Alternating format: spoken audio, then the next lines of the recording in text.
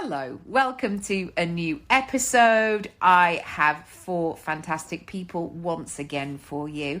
So let's get stuck in. 65 is with Hannah Ashwell Dickinson.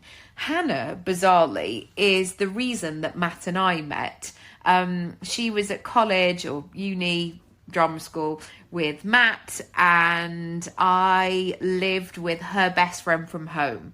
And so in a roundabout way, I met Matt. So I will be forever grateful to Hannah. She's an amazing, brilliant person anyway, but I just feel like she was such a key player in the direction that my life went in. Anyway, I'm not here to talk about that. I'm here to talk about the fact that she is a professional organizer and coach. And if you are in school holidays, or maybe you like that sense of September, that back to school feeling, this episode may be really good for you in terms of talking about clutter and, how you move past your stuff, even when you might like shopping. Next, episode 66 with Coral Atkinson, who is the founder of Velveteen Babies. Another product-based business, another sense of getting something out there, creating it, making it creative, enjoying the creative process, but also being able to make it into a sustainable business. Next, interview 67 with Aruba Red, whose other name is Natasha. She's a really good friend of mine. I was actually in one of her music videos, Goddess Vibes. I don't think we had, I can't remember. Maybe we had recorded it at that point, but I loved doing that. It was so much fun. But she talks a lot about that creative process of when life and art and creativity are all running alongside each other, yet the practical and doing all of the things and childcare, they all come into play too. So it's a really juicy one. And finally, Kate, who is from Bolton, who again, we had many chats before this episode of talking about how Bolton has some of the best supermarkets in the UK. And she was laughing so much about that. I was like, no, seriously, that one in the retail park, I won't say what it is because I'm not sponsored.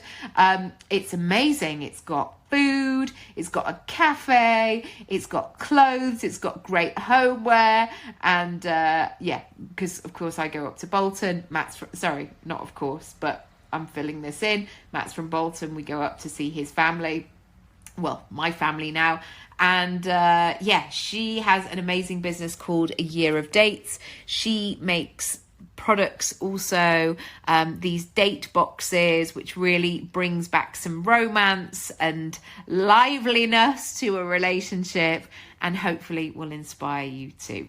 All right, that's it for now. Enjoy. As I mentioned, my website is moving over, so email me, nikkiraby.com. hello@nikkiraby.com. I am getting so many inquiries at the moment because I know September is around the corner, and lots of those inquiries are from people who will say, I'm not really sure what I need, but I'm really looking for X, Y, and Z. How can you support? If that's you, if you're not quite sure, if you haven't got it perfectly planned out, don't worry. I am not perfect either. So tell me where you're up to. Tell me what you've got so far, and we can figure out the rest. All right. Wishing you a lovely day, lots of love, and I'll see you very soon. Bye. And that's the thing about sort of sitting down when you're looking at your clutter and going, it's a bit deep, but who do I want to be? What kind of life do I want to live? And as you say, you can be, if having lots of things around you, it suits you, then that's fine, then I'm not the person for you. But if you're struggling and if you're not able to move forward, or your morning's a nightmare every morning, then it's worth thinking about what kind of life do you want to live. And if you're always getting to the end of the month and struggling, or you're not able to go on the holidays that you want to go on, or you want to be traveling more, then you have to think about what you can let go, because everything you've got in your house needs your time. It needs to be cleaned, it needs to be moved, it needs to be maintained.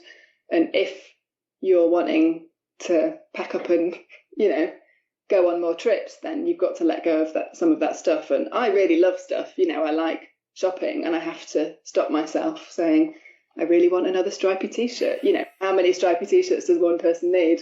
Not as many as I used your partner, like you're standing outside Westfield, and he's going, on your mark, no, hold back, don't go in. And I definitely investing in yourself and your business is so important. It is tempting to think, oh no, like you say, I'll just go on that free blog, because there's some good tips on there. And actually there is some great free content out there.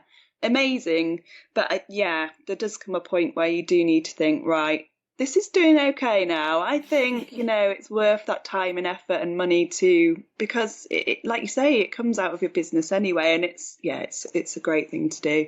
And your business is a living, breathing thing that always needs to continue growing and, be taken care of. And, like a child in that way, you wouldn't just go, right, love, I've loved you for the first couple of years. And then, now you're going to just have to wear those things that are too small because you're always up leveling. I always sort of find that as well with my business, is that even when I wake up in the morning, especially, with kids sort of in the middle of the night, being up or, not starting your day in a meditative practice, who does that really? If you've got kids, you've always got someone. Yeah, not me. But it was hard. It was hard. And I think losing my dad was actually, every day I wish I could see him again, but it was a hugely healing thing for me because it was like the first time I felt that it had happened in the way that it should have happened, if that makes sense. Like, obviously, I would love for him to have met my little boy and be here and I would love that, more than anything. But it reframed death for me. Like, he died in the way that he wanted to, surrounded by his family and friends. We knew it was coming, so I was able to tell him all the things that I wanted to tell him and kind of share those precious last moments, whereas everyone else I'd lost, it'd been very sudden. So there wasn't that opportunity to kind of, it's just a shock, you're just shocked and you just feel like someone's ripped away from you. So for me, that was a really, really healing thing. I just remember that night, it was just, the moon, and there was this butterfly just kind of like flying in this big room where his grand piano was, and it was just all just so... It was like I was watching this beautiful, tragic movie almost, but I just felt really connected to everything. And then when I had my little boy the following year, he was born on a full moon, in the spare room of my house in the water, and it was Christmas Day as well. And I had that same feeling where it's almost like, I think they call it thin spaces, and it's where the veil between this life and the next is very thin, and there's these rare moments where the fabric of the universe is like you can literally feel the other side, and like you can just feel this connection to things, and it's like the death and the birth and kind of this, and I just felt overwhelmed with this just gratitude and just joy and kind of being lifted up, I guess. And that's what I felt like, my dad was being lifted up, and then similarly when I became very suddenly and kind of under quite shocking circumstances, I then became a single mum after a lot of kind of quite deep lies had unravelled that had kind of gone on over a decade.